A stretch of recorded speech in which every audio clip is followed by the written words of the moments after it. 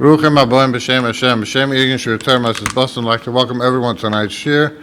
Everyone joining here in person, everyone joining in through the phone, and watching, and everyone that's just noshim. Baruchim Aboim. Whoever would like to have the great salute of sponsoring one of the shiurim, please contact Irgun Shiurei Torah at 718-851-8651 or email ist@yeshivanet.com for this great salute of what's the Torah the Rabbim.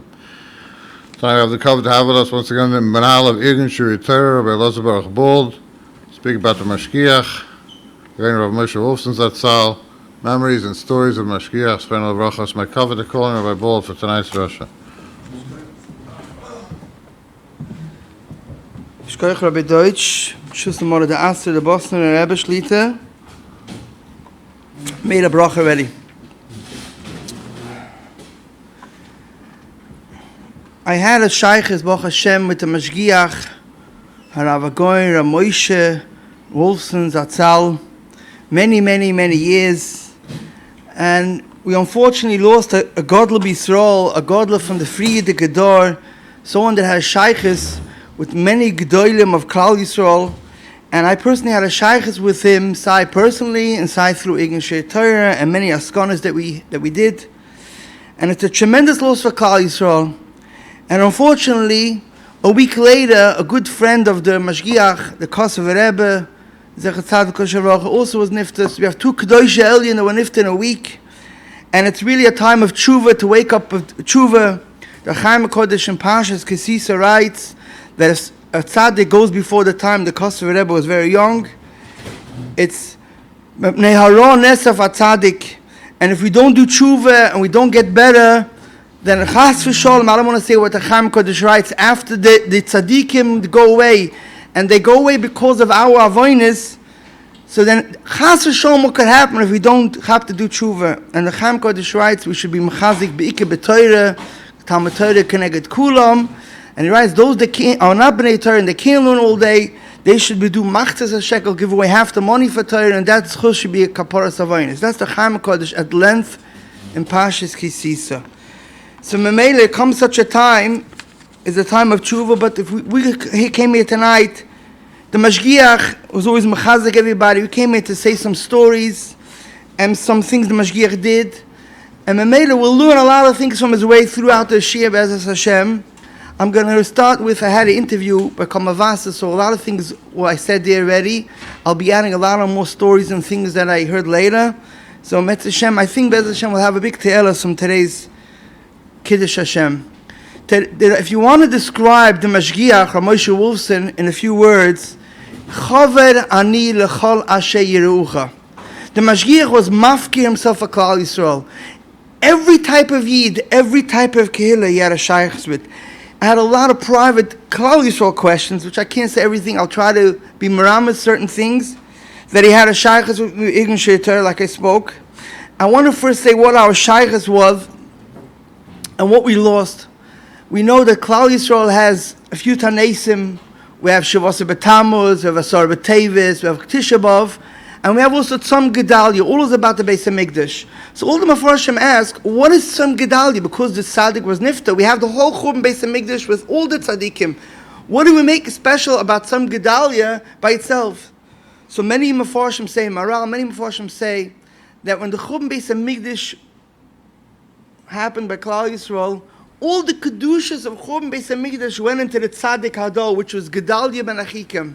And when he was nifta, he took along with him all the churbanis in Tzom Gedalia. That's the Churban.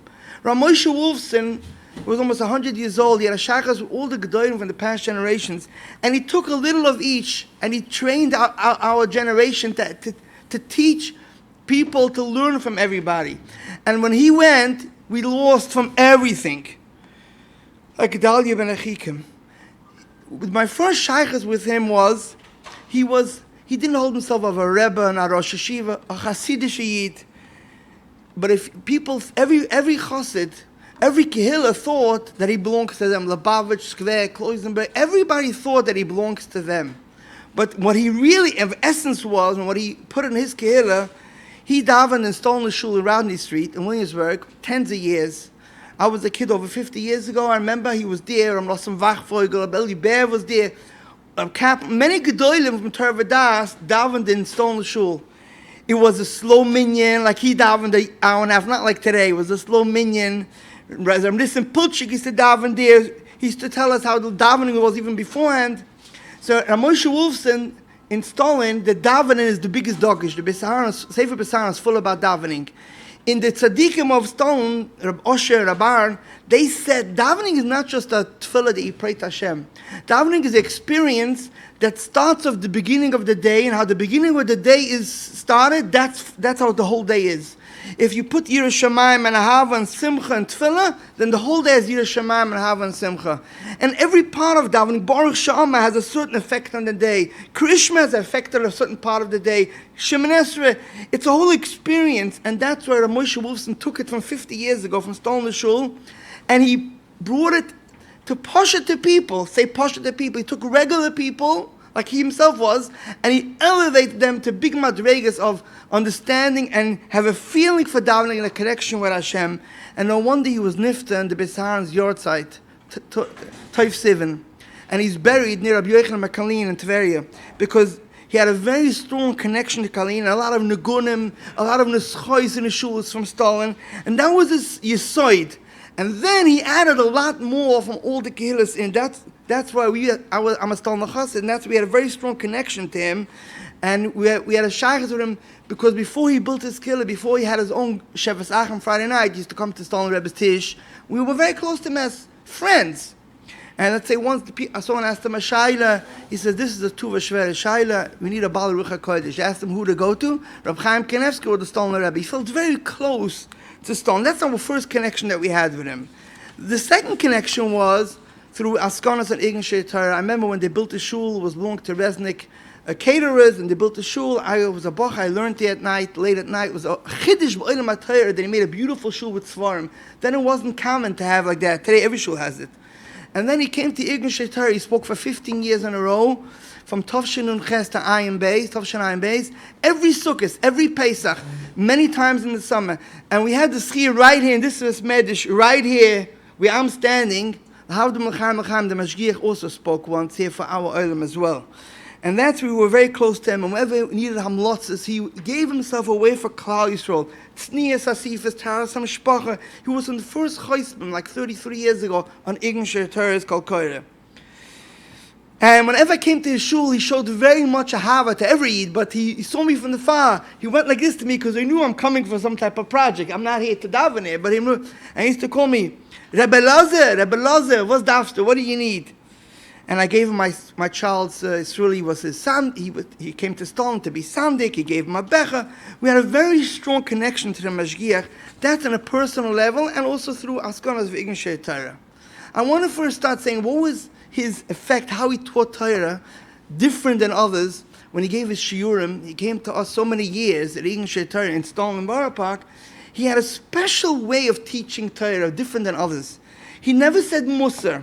I begged him many times, say drashas of Musa, people want to hear Cyrus. He held himself such an anav. How could I say Musa? How could I tell people what to do? He had an opposite approach. He did like the Baal Shem Tov, he told people their greatness. He made everything, how great each thing is, how every mitzvah is, every word in davening, how big it is, and he explained it so well till people wanted to be good. He didn't have to tell them what to do. They understood the greatness of each thing, and they automatically wanted to be good. He lived with current events. Every story that was in the world, he tied it with the parsha of the week. He used to say we have to live with the parsha. It was real for him. Every parsha, every day was real. He lived with Amunah. This was the Mashgiach was total Amunah. But every word of davening was so chashuv. I spoke to Purim was by Becheskel Kaftal. He tells me what he brought him to Munis Yisrael, to his shul. He was the one that was his name is on the building. He told me that he came on to hear a shmuz from the Mashgiach. Mashgiach said that he said how great the tefillah after Shemoneh Esrei is, how great that tefillah is, each word, the meaning of it. And then Mashgiach said, even if you missed most of the davening and you fell asleep and you were cholam and you got to the end, you know how much you could put in those words, you could poil Yeshuas. So he says, wow, this is my place. I know in the middle of davening, I go flying around, and every word is so important. People felt connected. A big part of his speeches that he spoke was about the Geula. He lived Mashiach. He lived Milchemes Gog and Magog. He lived Malchus Beis David. He lived Eretz Yisrael. When he used to go there, this was his life. And when he brought out every mitzvah and every Torah and tefillah, the chashivas of it to everybody, he used to say by the end, we have to prepare ourselves for Mashiach. He spoke to our neshamas, and automatically he built people. He made people choshev. He built them, and automatically they wanted to be good. They wanted to grow. He was so easygoing to everybody. Never paid us. Everybody said a good word to everybody. Even when he prepared his speeches, I remember he put so much effort and time. Every word had to be written clearly what he's going to say, because he felt he's not somebody that could say anything. So, and always he prepared from new. Every Yom Tov, he had always new, 15 years Pesach. Every Yom Tov, he had a new drasha. He had always new things. Once, now I must start with some stories. Once, I was by him in Menachem Oval, he was sitting Shiva, and he tells me, he was scheduled to speak in Stolen Shul. He tells me he can't speak, because the 7th day that he's standing up is going to be a day before the Shir. And he has no time to prepare. He needs a lot of time to prepare. So Baruch Hashem gave me the right words. And I told him that there's some people that prepare only before this year. And some people prepare a whole life, and they're so full, they could pour out. The Mashgiach prepares a whole life. So what? It's only a few hours to prepare. And he said, let me see. And he tried it, and he called me right before. Yeah, he's going to do it. His Ehrlichkeit. He was so upgeet in an Ehrlichkeit. We used to have the tapes selling for Irgun Torah. Once upon a time, there were tapes being sold. He knew it's a moiset, so you make money off it. So he wanted to record it himself. In order not, even I told him you could take it for your shul. You could do what you want with it. He tried to record it himself. His gabash, his chavrusa should record it, and we shouldn't have to come on to Irgun Torah to give it to him for free, to have to make copies for his kid. I told him you could take it. So sometimes they didn't come out, they used taka hours. But his ehrlichkeit, the zihiris, he never had gaboim. Never had gaboim. I called him once, I spoke to his gaba, he says, I don't have any gaboim. He used to pick up the phone himself, or his wife picked up the phone, and I heard the shalom bayis that they have there, such a shalom bayis, such good midas.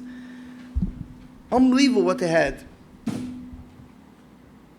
Whenever I used to call him up Thursday night or Friday, there was always I couldn't talk to him Friday or Motzei Shabbos. I couldn't talk to him. Friday or Motzei Shabbos, because Shabbos, I couldn't talk to him Shabbos. Friday or Motzei Shabbos. He was cooking in Shabbos. His Shabbos is cooking. His whole life was Shabbos. So his wife told me, Shabbos is coming, he can't take the call.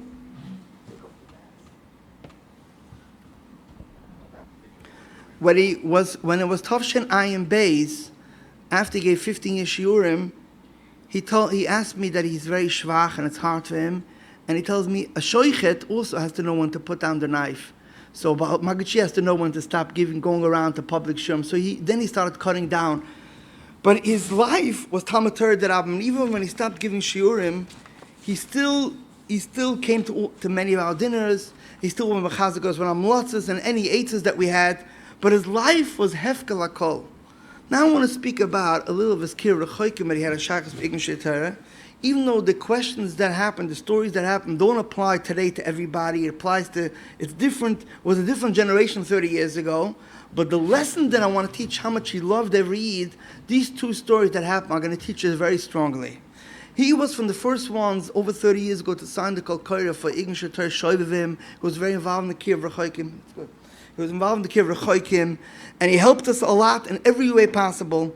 I once had a shaila with the Shoivavim project, which Baruch Hashem, over 1 million Yidden came to our Taras and Mishpach Hashem worldwide, and I spoke to him. We had then a very interesting makar of people that are not from yet all over the country. We sent out mailings all over the country. One of the ways to get the people that are not from, we didn't call it Taharat HaMishpacha, we called marriage classes, and we gave Shalom Bayit, all different types. We made it in a rich person's house. We had many different ways of introducing it to them. one of the ways was we wanted to catch them where they are. We certain newspapers which were not from or modern Orthodox or such type of things that don't circle in our community, but that's the way we wanted to get them. So we knew that today is not a shaila, because today in the internet, even filtered, it's full of apocryphals and full of na'eligkeit. But then we lived in a pure generation over 30 years ago that from Yid wouldn't advertise not a from newspaper or a newspaper that promotes not sneers and not Yiddish hashkafas. So we had a shaila then if we could go promote our Shovim Worldwide project in one of those papers. So I went over to Rav Pam, who was very close to the Rosh Hashiva of Torah, and I told Rav Pam that what I'm interested in doing, I wanted to hear his opinion. So I told him, I know many Gedolim asked those papers, not to put in those papers at all, and many said, yeah, whatever. So he says, do me a favor, this shaila asked somebody else. He didn't want to answer the shaila. Rav Pam knew what's doing around the country. He had a lot of Talmidim around the country, but he didn't want to answer it. I told him I came to Rosh Hashiva many times, and I know he even spoke for Ignish Torah, Rav Pam in Stolen. He listened to our Rabbi Smith's tapes, his Talmud. I was very close to him. He gave me a call, Curtis. I was very close to him. He trusted me in a lot of projects and things. And with this shot, he didn't want to answer. So I took the guts and told him the other side of the coin. I told him, those that wrote against the Kol Kaira, they should understand that for Kiruv, there should be mutter. So he says, aber sie verstehen anders. Those rabbis understand differently. In other words, he taught me a tremendous lesson, that everybody's entitled of his opinion, and if Rabbanim hold, some hold differently, some don't hold, then they're entitled to hold what they hold.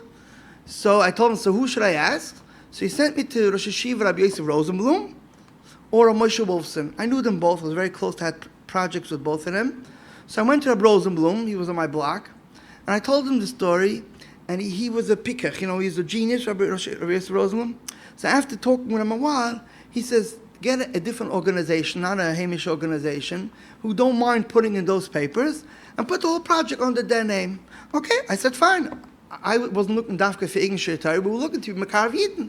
So for 2-3 years, we put it under a different name in those papers with a whole list of different shiurim, where we were talking Makar of a lot of Yidden, but it didn't work. Why didn't it work? Because the organization wasn't involved, and people were calling from shuls, and they're calling them, and they're calling us. It didn't work after a few years. We saw it just getting shvacha.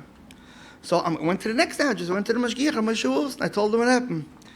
So Moshe Wolfson says, Ich bin a Poshet Yid. You have to bring them, teach them Yiddishkeit. If this is the way, there's no other way. Ich bin a Poshet Yid. If you would ask me, I would put it in. So I got a scum and I put it in, and Baruch Hashem, it helped a lot. What's the lesson of this story? Rav Moshe Wolfson was a kanoi. He was a very farfrumte in Ashkofas, in technology in his Kehillah today, and in the Yeshiva Mavak Hashem was very strong. And even he should teach strongly Shmir Sinai. My uncle Rabbi Siegel told me, Rabbi Nachman Siegel, that when 10 years old, Rav Moshe Wolfson Mashgiach taught Shmir Sinai. They now look at women, boys, and even so they asked him, how does he look at parents when the father and mother come? So he says, I don't look. I could look and not look. That's a 10-year-olds. He was a big kanoi. But when it came to Kira Choikim, his Avos Yisrael for Klaisol had no bounds. And there was, Ich bin a Poshet Yid. You have to get them. There's no other way. You have to be makar with them. So you have to go where they are to catch them. I had a similar story years later when the internet came out. The internet came out like 24 years ago. And then there was, there was a issa on the computers to bring home a computer like 30, 40 years ago. There was the issa then, there was no filters yet, there was no takanot, there was no panosa, no internet, there was a isurim. And particularly there was one site then, there was a modern site, and they spoke a lot against Yiddish from Orthodox community in that site. But over there, the modern people went there, and they loved it. They were juicy against the from. And I wanted to go there to make an interview on that site, which was then terrible. So I went to the Mashgiach, Moshe Wolfson again. I reminded him the story with the newspaper that happened many years ago in America. And I told him the same shaila. And I told him there was a kolkar against that. And see, today it's no shaila. People do what they want. But I just want to bring the story. It was a different generation to understand his mahalach machshava. I told him, if I put it there, people will learn from me. And they answered it. And I'm trying to makar Yidden. And I put down my case very well, Baruch Hashem. I told them the Minchas Laws of Munkach over 100 years ago, when they came with a television to take television from that chasana, the big chasana in Europe, and they put it near him, he took the opportunity to be Makar of Eden. He screamed in Shabbos, Yidden, Jews in America, keep Shabbos, it's going to be good for you. If you don't keep Shabbos, it's not going to be good for you. They thought he's saying a message about a Mazel Tov, but he divided, spoke in Yiddish, and he used the video, which came from the television then. He used it to use his opportunity. So I told him, I want to do the same. But people would be very against it, because then it was very against it. There was no filters yet, there was nothing. So he told me, nobody's going to buy the internet because of you. And if they look at Isur and people look at no good places, at least they should hear good Yiddish word. They should hear something about Yiddishkeit. They should hear about Kiruv. He said, and they started going strong. Is it a Tielis? What do you lose? And he said it many times. So what's the Shaila? It's only a Tielis. So I started explaining to him that what I'm saying, us and people are going to learn that just like this organization advertised, they're not going to say this is because Taras and Mashpacha and others copy. So he says, I don't see a problem. You want to ask the Stolner Rebbe. So I told him, I asked already the Stolner Rebbe. The Stolner Rebbe said the same like you, but he told me to ask another Rav in the city, that you should have a Rav in the community that a Rav says the same, a local Rav. So then he went fire. He said, let them hear good things, verkehrt. So I was still talking to him, but what do I do if people complain and this? So I says, times changed. The world, the Kol Koyer was written 10 years before, times changed, and you have to be makar of them. And he was going on, you want to be Mazaka people. You want to bring them to Yiddishkeit. There's no other way. This is the way to get them. You have to. What's this point? His kid of Rechoikim and Harvard Yisrael, then today wouldn't be a shaila. Right? Today people do everything. I'm talking about a different generation. How a Godel Yisrael looked at things here. In Yiddish it's called a breitkeit. For his killer and his people, he was very machmi, not even was shopping online. He was very extreme. He says, you have a moon on Hashem? Hashem gives you panasa? So you don't have to go through shailas to do panasa. He is very extreme in this technology for his kehillah. But when it came to Kir Rechoikim, he went to the other extreme. If this is the way to get them, this is the way to get them. Now, everybody has to ask their own shailas. I'm just telling you to bring out the point. I want to speak about as a Havas Yisrael, which is something that everybody saw. I have many stories on it. He was fire against machlokes. He heard him so much, any machlokes, anything like that. I had many shailas from Irgun Shiurei Torah that I asked many gedolim. That happened. We have over 1,000 Magadishim around the world in hundreds of places, and I'm not going to say where in the world the shaila was because it happened in Israel and in Europe and America. I'm not going to say it because it's private. But one of the shailas was when you have two kehillas that unfortunately are fighting because the situation came that way. Nobody wants to be bad, but sometimes the situation brings a machlokes. And one kehillah wants to use also the name from another kehillah to add to their name, and the other kehillah is misnaged. Why are you using our name? You're stealing our name. Not everybody understands. This is called politics, but not everybody understands it. But there's some people, it's pekuch nefesh. Use my name? You killed my kehillah. And when I have to write a name of a rav and a title around the world, what's your title? This is my title. But you're hurting the other kehillah. But this is what we do. This is how we call ourselves. I don't have to endorse that behavior. I went over to the Mashgiach and asked him to shine about a certain two kehillas. He says, Rabbi Elozer, leave me out of it. Leave me out. He ran away from machlokes. Leave me out of it. I told Mashgiach, I have to know. And I told him the story and I explained him, I have to know. So he had no choice. He told me, why do they need it? They're big enough without it. They don't need it. If there would be a small kehillah, they want to take away the other guy's name, it's fine. But what did they need it for? You know what it means? You're hurting a yid? You're hurting the other kehillah. I don't understand them. I don't understand. How do you do such a thing to hurt other people? So I tell them, what do I do? Don't put it. And you know how many patch I got from this? I didn't put it, and I got touched. Unfortunately, we had to carry many, many baggages for tens of years of sinner from Rabbanim. They don't know what's coming from behind, from Das Torah. But not to hurt, you have no right to hurt other Eden. He was fire against machlokes. Let me tell you another story I heard from my friend. My friend, didn't belong to his kill in Amuris Yisrael. He called up Rav Moshe Wolfson. He picked up the phone calls himself or his wife. And he asked him, I want to come to meet the Mashgiach about a certain sichsuch, like if he had an argument with somebody. He says, so Mashgiach tells him, there are smarter people than me in the world. Why are you coming to me? I'm not your Mashgiach. So he told him because it's Negeah, somebody in his Kehillah. So he made an appointment and he came out to the Mashgiach. And he tells the Mashgiach that what he has to do with somebody in his Kehillah, Sechsuch. And he tells the Mashgiach that this person told him, that the Mashgiach told him to do this and this and this. And it wasn't true. The Mashgiach never told the person in his Kehillah. Mashgiach said, I don't remember him telling me this, and me telling him this. So he asked him, what should I do? So he says, go to this person in Besmedish and he'll help you out, and was taken care of that day. I'm going to give you the name of the person, which is not the accurate name. His name is Rabbi Shua Friedman. It's not to understand the story. So this Rabbi Shua Friedman went over to the Mashgiach, and Mashgiach sent him who to take care of it, and the story is over, it was all taken care of. And that day, Mashgiach took care of the fight, finished that day. At night, the Mashgiach Rav Moshe Wolfson calls this Yeshua Friedman on the phone, and he tells him, are you the Friedman that was in my house today? He didn't know his number, obviously he guessed. Are you the Friedman that was in my house today? So he says, yeah. So he says, the reason why I'm calling you is because I don't want you to think that the person that you said that he said something in my name, he was a total liar, and it was baloney, it's not true. He didn't mean to say that I told him something. He meant to say that usually in such a shaila, this is how the Mashgiach would paskin. But he didn't, and here the situation is taka different because the way you put down the story to me, it's a total different story. But in his mind, when he told you that the Mashgiach told him to say this, he didn't actually say it. He meant to say that this is what the Mashgiach would usually say in such situations. This is what he said. So don't think bad about this person. That's what the Mashgiach called him. So then Yeshua Friedman comes to Yeshua at night. He meets his brother, Yaakov Friedman.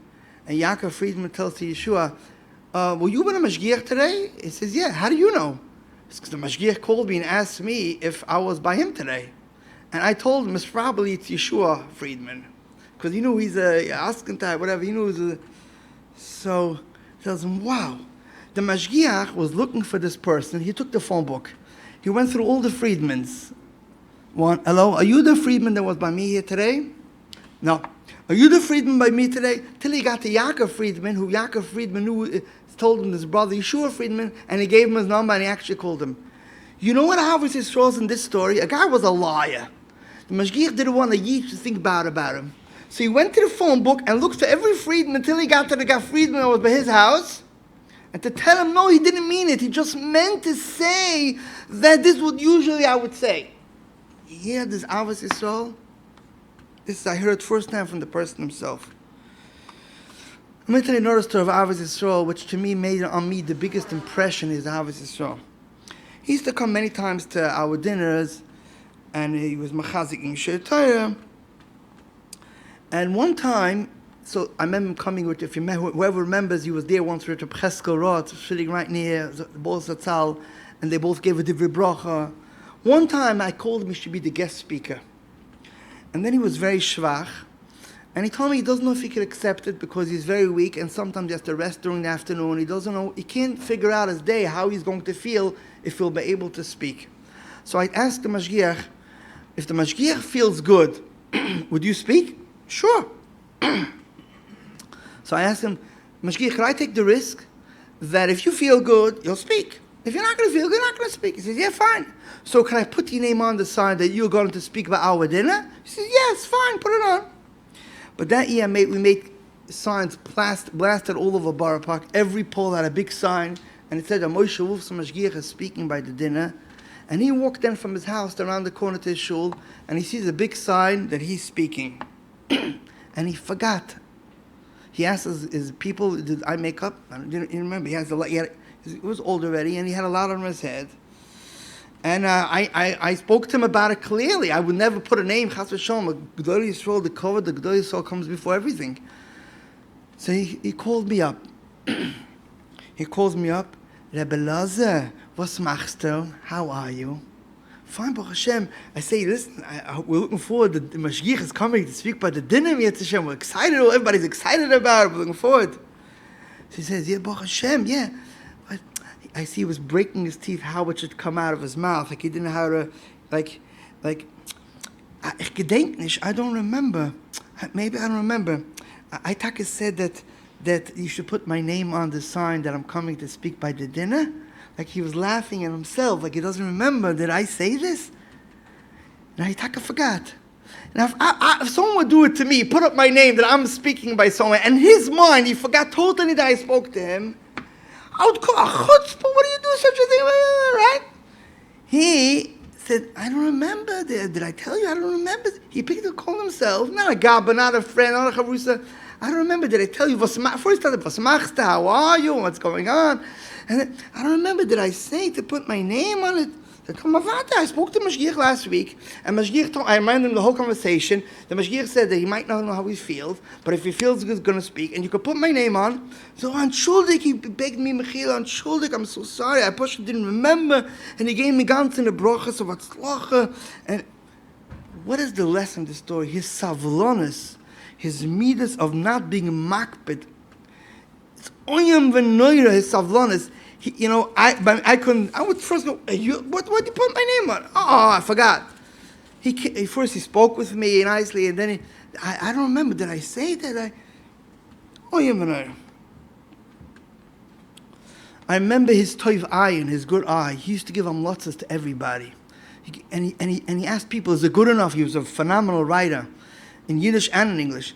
And he used to ask, is it good enough? You wanted to make it better. You wanted to make the person feel good. He gave me lots of my sforim and a kol koris, many signatures signed to me. As I write, but at the end of his life, he couldn't write anymore. So he told people, you write yourself, I'll sign. People cried. He was so good to give away Torah. I remember 35 years ago, then mailing still worked.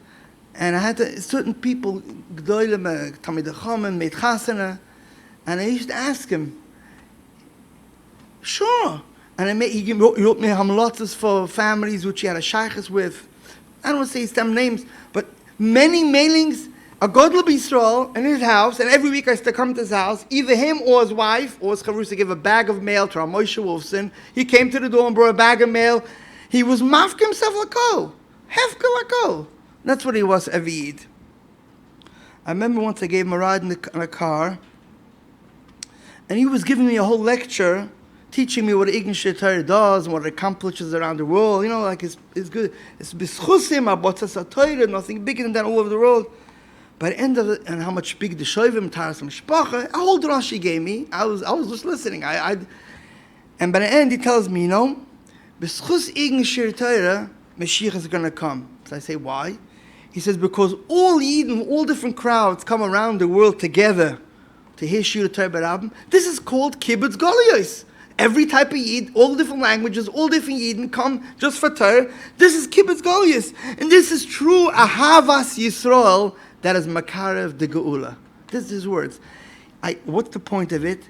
He looked at Torah as a tool also, not just for Torah itself, for ahavas Yisrael. He tied together as ahavas Yisrael with the Torah. My father, Zangazun, told me that even in his younger years, he was so much for ahavas Yisrael that when Rab Shlomo Bobova came after the Second World War, he didn't have, say Bobova was a big Hasidus, but he had a very small crowd then. He was very tzebrochen. So the Mashgiach Rav Moshe Wolfson, he was a bocher then.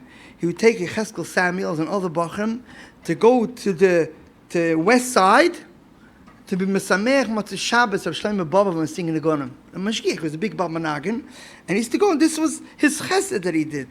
I remember I came many times to his Shev's Achim, to his Friday night, and all types of people came, funny people, because everybody was welcome. And you had people that had with the nerve, mentally, and some people started screaming funny things. He didn't move. And as Hasidim copied him, nobody laughed, nobody said anything. This is what he instilled in the people around him. My father told me that we once went Purim there, and he said a gewaldige story, and I think this brings a tremendous lesson of his Avos Yisrael and Emunah tied together. He said, the Sechina Rebbe, the Heilige, the Friedrich Sechina Rebbe, who was laying in Tveria, he once met Rabbi Yisrael Hashatana, also who lives in Tveria. They lived together, big, huge tzaddikim of the generation before.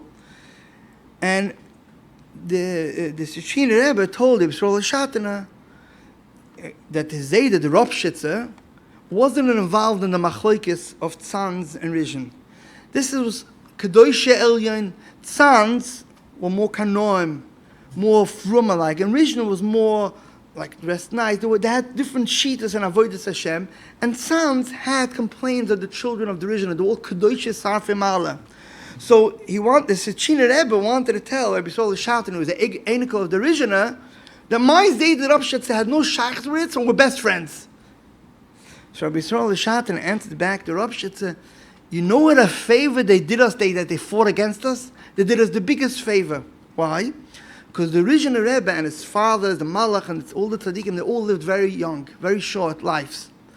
When the machlokes of the tzaddikim of Tzans went against the children of the Rishon, all the Rishon's kids lived very long, because there was no ma'ayin hara.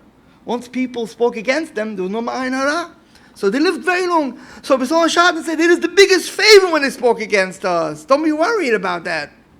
The Mashgiach said over the story, and he said, that pshat in the Megillah, nobody could come up with such a pshat. Only the Mashgiach. Nobody in the world would come with such a pshat. It says that Mordechai Tzaddik was Rotzu L'Roiv Echav. He was liked by most of his people. So the Gemara says that many of the Sanhedrin left him go because he wasn't so involved in Besmedish like he used to, and he was involved more in the politics of the government, even though it was Pekuach Nefesh, but it still wasn't that level. So some of the Sanhedrin, most kept kesher with him because he knew why he's doing it, but some left the connection of Mordechai Tzaddik, Rotzui L'Roiv Echav. This is like the Gemara. He says, what's Pshat? So Mashgiach said, with this Maisa, those Sanhedrin that left from Mordechai Tzaddik became so big, everybody said how big great he is, it was Shat Ayin Hara. So you start speaking against him in order to Shat Ayin Hara. So Mordechai Tzaddik was happy that they didn't like him, because he lived longer that way. This is a story in the Vod. It's not the story in the Vod. This is a lesson of how the Mashgiach looked at things. When Mashgiach in his shul 50 years ago, I remember, the older than me, remember even better, when he started, how many people used to make fun of Amunis Yisrael. I don't want to say what the people used to say. And today it's one of the most chashivs the kehillas b'Klal Yisrael. That's where the Mashgiach lived long, because people made fun of him. And he said, Shkoyach, this is where his Avos Yisrael, you did me the biggest favor. Now, no man on him. When someone has a machlokes, you thank you saved me, the bizyonis, the Lashon Hara. You're my friend. This is how the Mashgiach looked at things. See, he was able to touch us a pasuk in the Megillah like that. His emunah and his Avos Yisrael was tied and together. I heard from his Einikel, Rabbi Yisrael Machlis, that his Zayda told him, the Mashgiach told him, it was many years ago, he had problems with his heart and had to make him a test. I don't know if it's called an angiogram. And they went through a vein of his foot with a camera inside to check his heart. And unfortunately, they did a very bad job on him. And he became afterwards very sick, very weak. Every day he was becoming weaker until he couldn't move. So weak. And Rav Chassid, Rav Moshe Wolfson, Zatzal, he was a big Talmud Chacham. I was very close to him. He was making chassan his 12th child. So he went to Rav Moshe Wolfson. He was a good friend of his. And he told him, from Yerushalayim, making chasana, he came to his house, and Rav Moshe Wolfson, where his last koiches, was sitting on his chair. He was so weak already, but he felt this mitzvah is his biggest hatzalas nefashis. He went, he called his mechutner from London and England. He called him up, and he got a big amount of money, thousands of dollars, then to help to cover the chasana from his mechutner.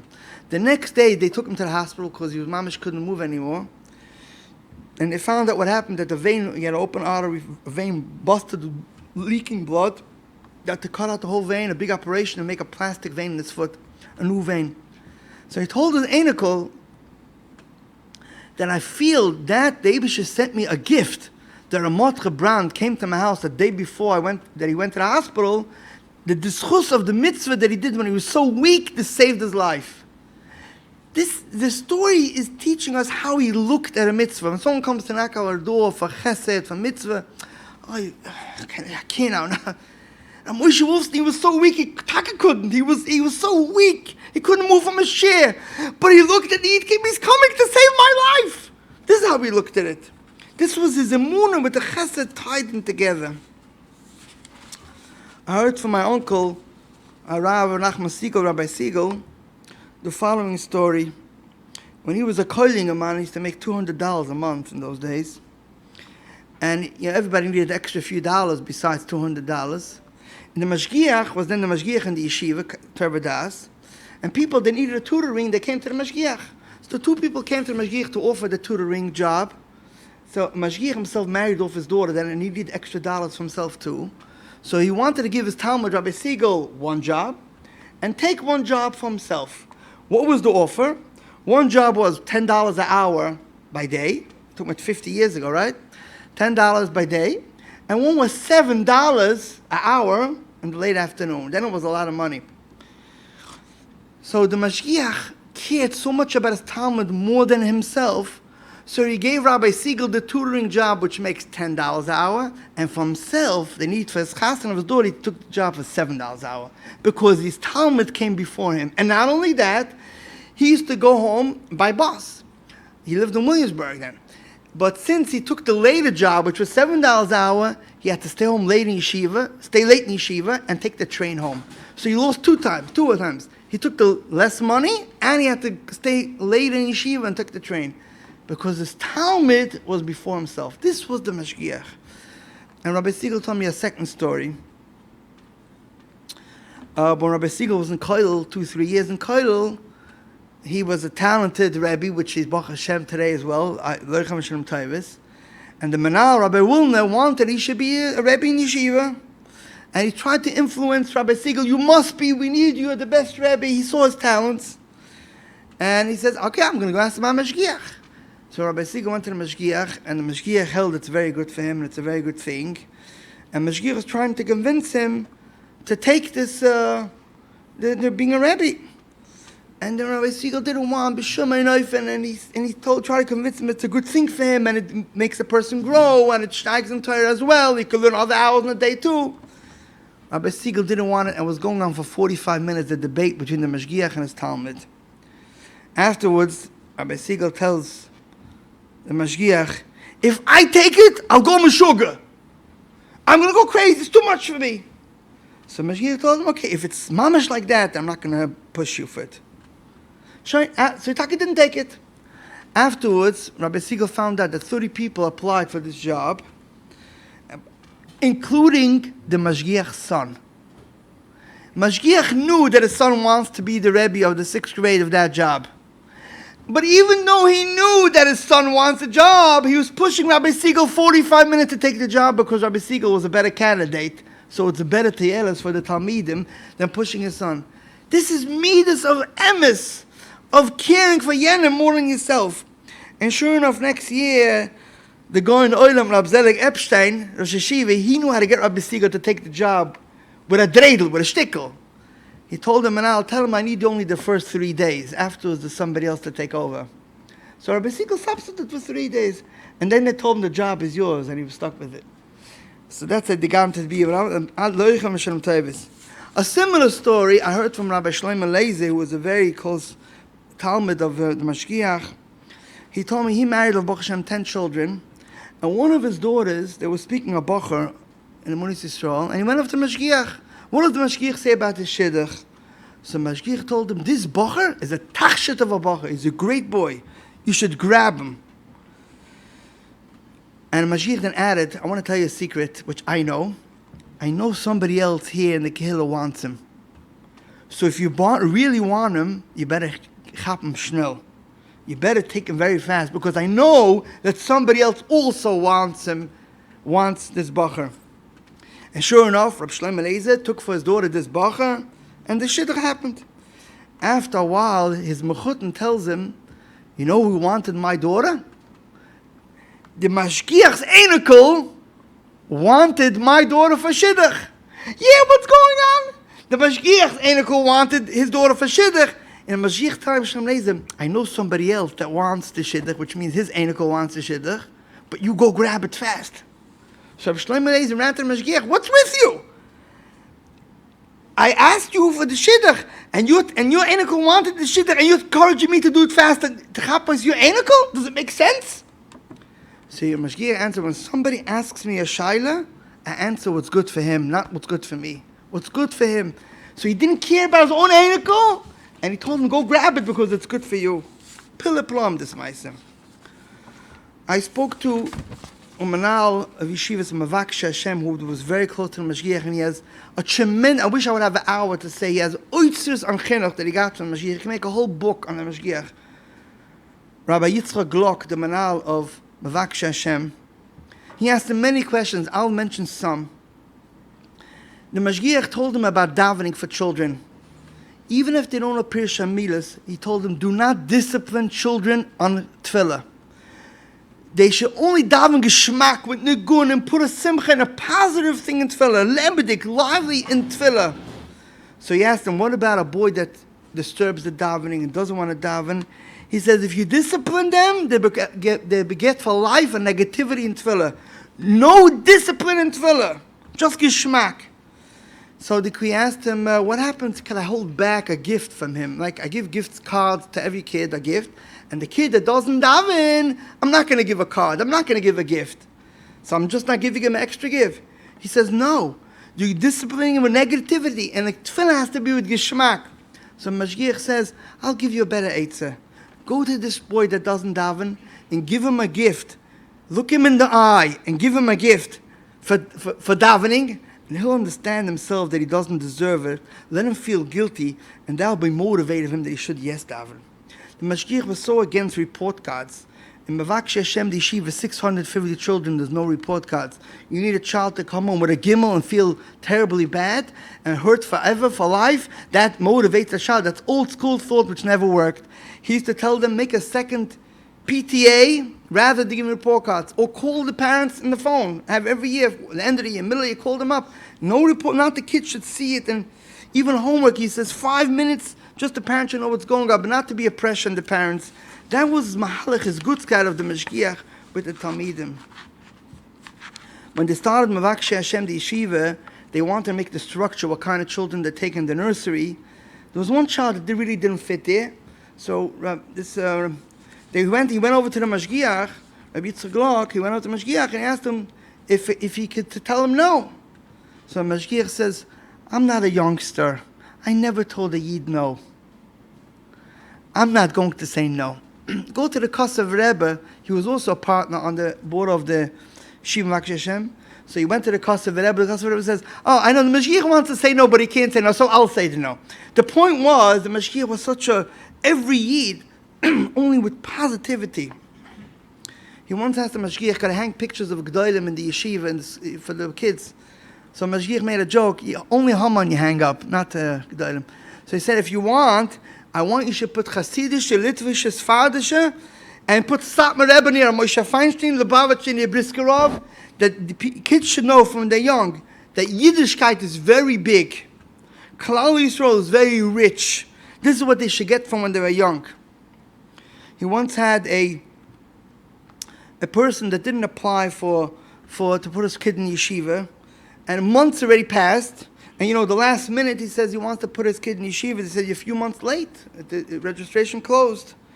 So Bekitz, he came to shul and screamed at Rabbi Yitzchak Glock. He screamed at him. He said, don't scream, don't be angry. You applied late. Bekitz, the Mashgiach called him up, called this to the Menhael, and tells him, he says, his father's a troublemaker and he's wild, So the Mashgiach told him in Pashas Ve'era, it says, by Moshe Rabbeinu, Vayitzavam el Bnei Yisrael. So Rashi says, what did he tell them? Vayitzavim, what did he tell them? Tziva leim lanhigam benachas v'lizbal oisam. He taught them to teach them calmly, relax, with patience. So he says, every mashpia in Der Kehillah, there has to be some people that you have to be soivel. You have to have patience for. Every place, there has to be a lizbal oisam, a person that's a lizbal oisam. Let this be the one that's the lizbal oisam, and take him in. And he did. He was so good to every Yid. On the other hand, he was very strong in every Yiddishkeit to save a Yid. When there was a lot of children that wanted to go to the yeshiva and they wanted to make parallel classes, so a Choshev Yid on the board came over to the Mashgiach and tells him that he explained to him why it's no good parallel classes. It will make the kids a schwache level. He heard his whole drasha. So Mashgiach tells him, till now I heard Das Torah. What the person told him is Kilu Das Torah. Yet, now listen to my das balabayas. Mashgiach tells him, now listen to my das balabayas. Children need it, they're from the Besmedrish. How can we tell them no? I say now that you don't want to open a parallel class, if you're going to open it, it'll be totally Shem Shemayim, and then you'll have Siyat the Shemaya. But you don't have to listen to me. Sure enough, they did listen to him. The point was that his Havas Yisrael was tremendous. His tefillah, he always worked a whole life in tefillah. He gave shiurim in Yiddish and in English, always in tefillah. A whole life, avodas tefillah. When he was ready in the 80s, suddenly they saw in shul, he started picking up the siddur and holding it in his hand, not on the stender. So they couldn't figure out why. They made the stender higher, then they made the stender lower, and he's still keeping it on his hand. His Eidim, Rav Mishinsky Zatzal, asked him why. So he says, I'm already over 80 years old, and I try everything to do better for all the kavanas, but I need some action also. So he decided to hold the siddur, the heilige siddur, to hold it, he should give him a schachas and tefillah. For 2-3 months he did that, to work on himself, even in the 80s. And recently, when the war broke out in Israel, when they said Tillim, he used to go up on the stage, Nidar and Kodesh, many times, and he said, slowly, mit hearts, this is how you say Tillim. You have to pour out your heart to the Eibish have Rachmanos on us, with Kavana. Now, in the 90s, is what he did. Now, like this year, he went up and he couldn't stand the way you don't put your heart in the tefillah and the Tillim. There are many more stories, and we'll try to cut short as Hashem. One of the main soidas of the Mashgiach was Amunah. He lived with Amunah. His shul is called Amunah Yisrael. He lived with Amunah. Sfarim, Amunah Sitecha. Every Yom Tov, he lived actually Amunah. And I heard from Rabbi Yitzchak Glock, he told me that his father, Rabbi Nussen Glock, once called the Mashgiach to make an appointment, and the Mashgiach heard over the phone that he's very nervous. He had a certain situation he had to straighten out, and he was very nervous. So Mashgiach saw that he needs help. So he says, whenever you could come, I'm ready for you, Mashgiach told him. So Mashgiach says, I'll be waiting for you 6:30. So, and then the Mashgiach added to Rab Nussen Glock, and he told him, Afile bizde comes, even till you'll come, you have to know that for every problem, the Eibishter has a Eitzah. That means 6:30 you'll come, we'll straighten it out. But even till 6:30, even now, before 6:30, before you come in a few hours, you should know this. Till you come, you should also know that for every problem, Hashem has a solution. And now, Rachman Nebuch, when Mashgiach was nifta, Rav Nussen Glock said the same thing, that he doesn't have a solution. Hundreds and thousands of people offer now losing the Mashgiach, and remember these words the Mashgiach told him, even till the Yeshua comes, a person has to know that for every problem, Eibishter has an Eitzah. So he told me the following story, the Nes of the Yeshiva Mavakshe Hashem, that they used to be in the building of the Rav Minske Shul on 47th Street and 16th Avenue, and suddenly by the end of the year, Chodesh Iyar, like 2 months before the end of the year, they tell them, by next year we need it back, and you can't have it, the owners of the building. And he was all lost, because to move a yeshiva, it's not just moving like moving an apartment. You have to have it in the government, it has to be legal, paperwork, it could take 2 years to do paperwork to get moving out. And therefore, and they tell him in 2 months, in a few months you have to be out of here, at the end of the year, for next year, he was totally lost. When Rabbi Yitzchak told me he couldn't sleep all night, he was totally zerbrochen. So the next morning after Shachas, the Mashgiach is taking people after Shachas in his room, and he went into the Mashgiach and he told him he saw was all lost. So the Mashgiach used to call him B'lashon Chiba. Every person he had a night, Yitzi. He told him, he says, Dein Hois, is it your house? He says, the Eibishter's Hois. The yeshiva's the Eibishter's. Yitzi sorgt sich for the Eibishter. Yitzi is worried for Hashem. It's the Eibishter's house, not your house. You're worrying now for Hashem? Go to yeshiva, take care of you, the Talmidim, and lose the Eibishter fear. Let Hashem run the show. That's what he told him. Sure, he went to yeshiva, he felt calm, and he made calls to real estate. The building that he wanted today in Ocean, which they have in Ocean Parkway, they worked in it a very, very long time. They had a meeting a year ago. They wanted to buy it off for any price, and the people didn't want to sell it at all. That day in the afternoon, the manager, the owner of the building calls them up. We decided we want to sell it. Not only that, they told them that you'll pay rent the first 2 years, and the money will go towards the buying the building, which was like more than $500,000. And then they bought the building for half price, like $3.5 million, half price. Lost the Eibish to fear. This is how he lived his life. Actually lived his life with Emunah. It wasn't just talking. He actually lived it that way.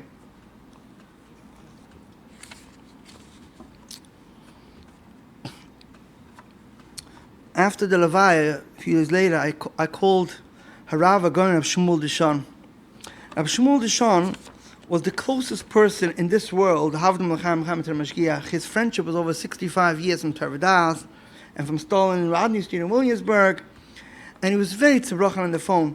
So I tried to remind him one of the jokes that he told me over Rabbi Dishon, that Rabbi Wolfson had his birthday. Rabbi Dishon called him up to wish him happy birthday, Mazel Tov for the birthday, and he told the Mashgiach that, you know, a day of a birthday is you get a new neshama.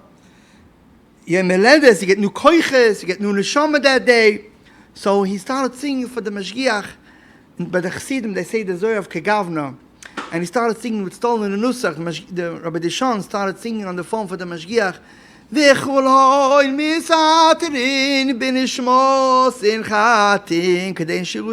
What you say before Baruch Friday night, that you get a new neshama. So he told Mashgiach, do you remember this Nusach? Yeah, sure, from Williamsburg and Stalin, Vade. So I spoke to Mashgiach, it was very tzibrochen. So I asked him, what's the secret of the Mashgiach? How is he so matzliach? The ganz Klal Yisrael got such chizik from him. He said one word, Ehrlichkeit. His Ehrlichkeit. He told me that the Shiurei Rebbe Zatzal, when he met the Mashgiach by a Sheva Brachas, and Rabbi Dishon tells me he was there, the Shiurei Rebbe Zatzal asked him, Mashgiach, from where were you born in Poland? From where are you? So I was born in America. So he says, ihr seid a Pirchef of ganz Amerika. You Mashgiach, is upgefleckt America. You're totally different than America. In America. He was such a heilige Yid. Once the Mashgiach Rav Moshe Wolfson told Rabbi Dishon the following words, and he told it to me. The Mashgiach was a very big honov. And he says, the Eibish hat mir gegeben azas siyata de shemaya zu matzliach sein. Mashgiach Rav Moshe Wolfson told Rabbi Dishon, Hashem gave me such a siyata de shemaya to be matzliach, in order I shouldn't have a minute to think that I did something. I did nothing. Hashem made such success that I should make sure to know that I did nothing. That was his anova of the Mashgiach Rav Moshe Wolfson. So by the Levaya, Rabbi Dishon spoke only a few minutes because the Mashgiach told him many times, I don't want you to talk about me anything. He says, Man Tayir you did. Rav Moshe, the gates to Bezdin Shalmala, Midav Chuvaton. He told the Olam there, Be made on your kinder and the Chabur and Kal Yisrael, Nofra Teres Yishene. This is what he said, or the Shon by his Levaya. So where do we go from here? We have to know that the Mashgiach had a lot of tzaras in his life. He lost 2 Adams. He had so many tzaras in his life, nobody wants to know what he had. And he's always with an emunah. Lahagid baboike chazdecha v'manoscha b'leilos. Even the time of leilos, the times of emunah by night, he always said lahagid baboike chazdecha, even in times of leilos. He had such hardship in his life, he always was strong with his emunah. And he always spoke against machloikes and always about shalom. And in his mispalim, in his shul, in his talmidim, thousands of talmidim, you see they got his gutzkeit, his edelkeit, his softness, his golden heart. He left children in Chassanim, a killer, he left people only to talk good in a Yid. That was one of his main things that he left for us, to see the positivity on every Yid. And the second thing is he always spoke about Mashiach. He always lived Mashiach. He always looked forward to the Geula. He always gave hope to his people around him. He always said that we in Ikras and Mashiach, we are from Sheva Don. Sheva Don, Chazal say, was Ma'asav al-Chalamachanis. They went in the back. We're the bottom generation. We're holding up everything on top of us. And by Donna says, to have always hope.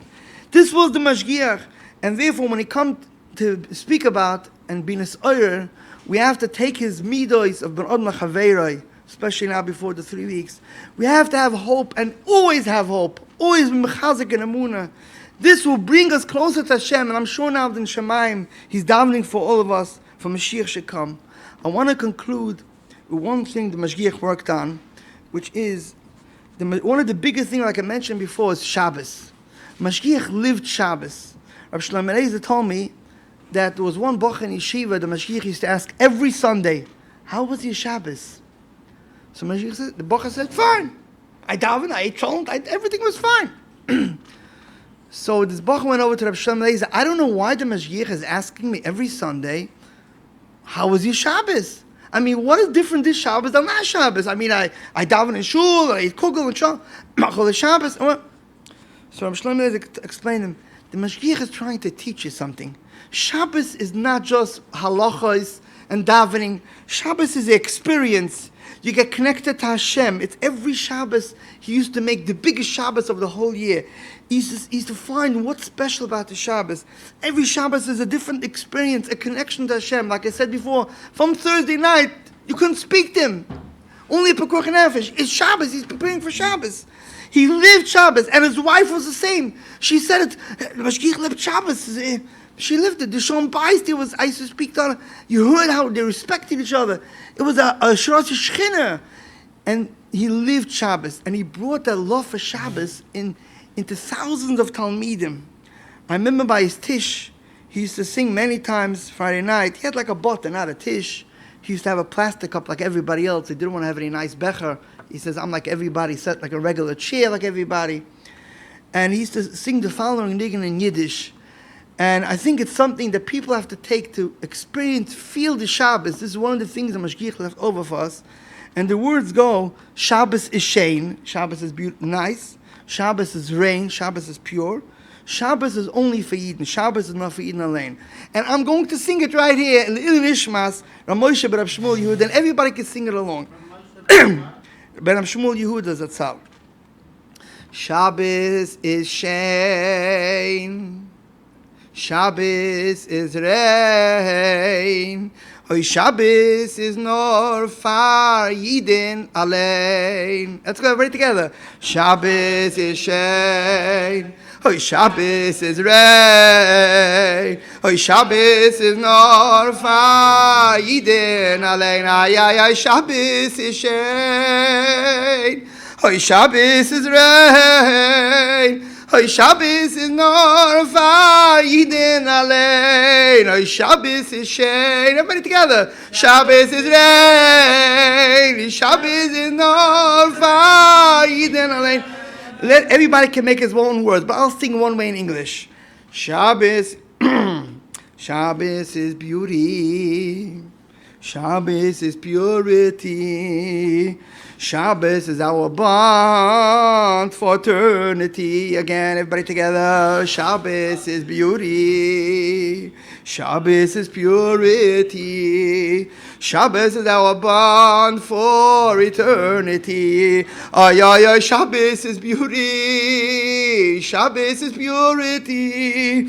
Ay, Shabbos is our bond for eternity. In Yiddish one more time. There'll be Schus L'Nishmas. He brought a chayis into the people. He sang it. Shabbos is shein. Ay, Shabbos is rain. Ay, Shabbos is nor far Yidin allein.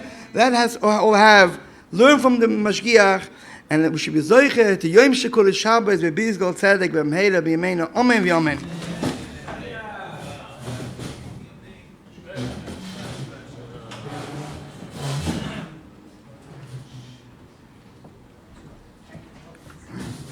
Shem Irgun Shiurei Torah is busting like a big Yashikar Rabbi Bolton tonight's drasha.